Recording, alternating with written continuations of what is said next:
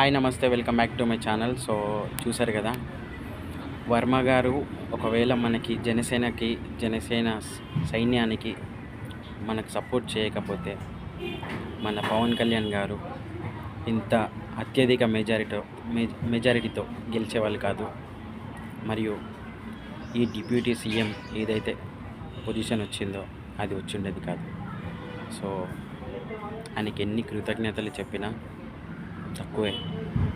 ఎందుకంటే తన పదవిని వదిలేసుకొని మన పవన్ కళ్యాణ్ గారికి సపోర్ట్ చేస్తూ నిలబడ్డ ఏకైక వ్యక్తి వర్మ గారు. జీవితంలో మేము మర్చిపోలేం మీ support. So thank you so much. And మా డిప్యూటీ సీఎం గారు ఈరోజే పదవి తీసుకున్నారు కాబట్టి మా పవన్ కళ్యాణ్ గారికి కంగ్రాచులేషన్స్ చెప్పి